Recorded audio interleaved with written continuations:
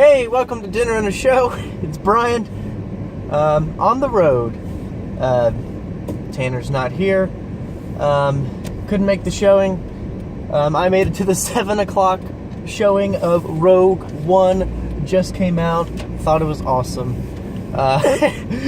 In short. Okay, let me flip. Got my Rebel hat on. You can't really see it, but I'll flip it over so you can at least see my face. Alright. Cool. Had a lot of cool theater stuff from there.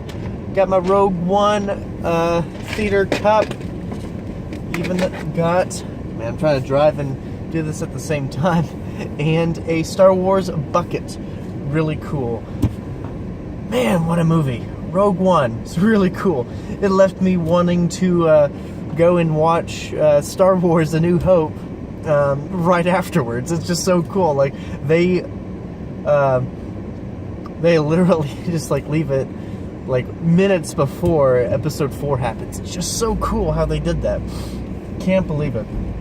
Oh man. Okay. I'm gushing. But here's basically what it was. So the story takes place like pretty much maybe like over a span of a few years, but it takes place like pretty much right before, most of the movie takes place right before episode 4, A New Hope, begins. And it's about Jyn Erso, who's played by Felicity Jones.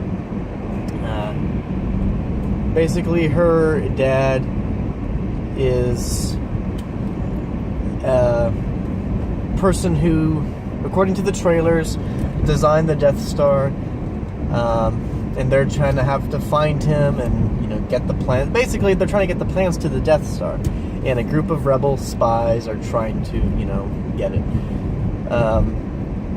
This was a really, really good movie. No Jedi are in this movie.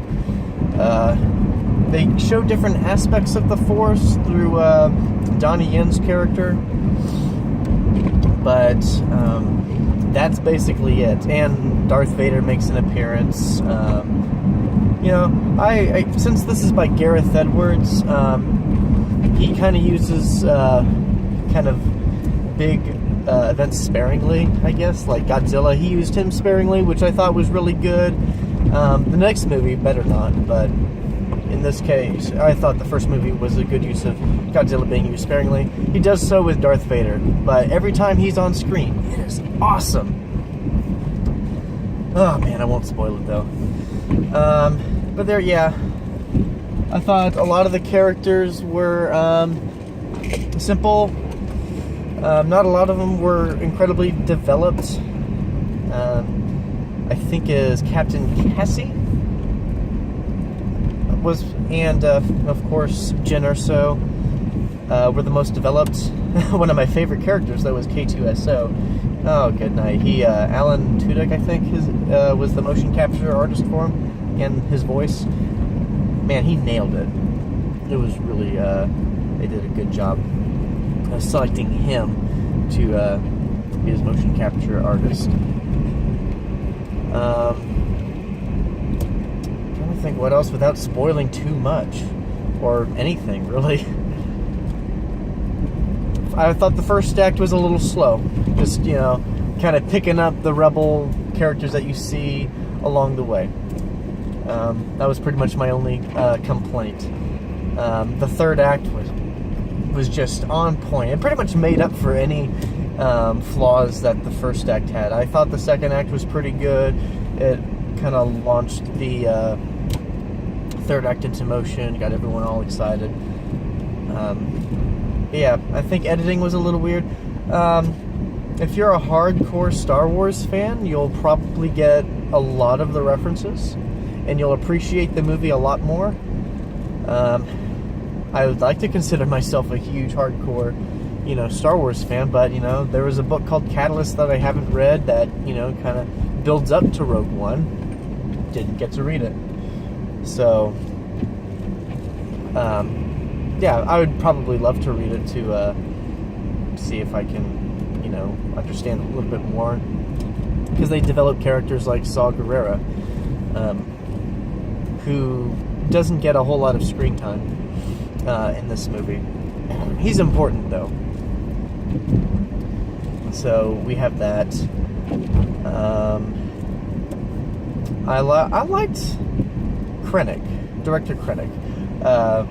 Yeah, he was really good as the director, one of the main antagonists of the movie. Governor Tarkin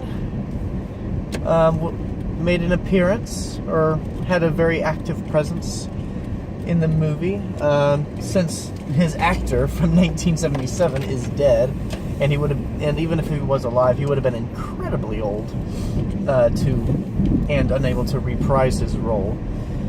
They used motion or special effects, for his face. You could tell a little bit that it was CGI, but man, they did a really good job. And they also did it with another character that would have looked weird if they reprised their role. So I won't spoil that either.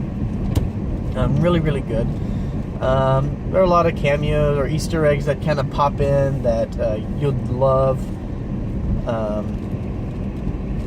That, if you watched all the movies and everything like that, it was really cool. I'm trying to think of anything else. Visual effects, they used a lot of props, prosthetics. They didn't use a lot of CGI. I mean, they did, but not as much as, one would think. They didn't overdo it like the prequels, which is good. I always hate it when they do that. So, yeah.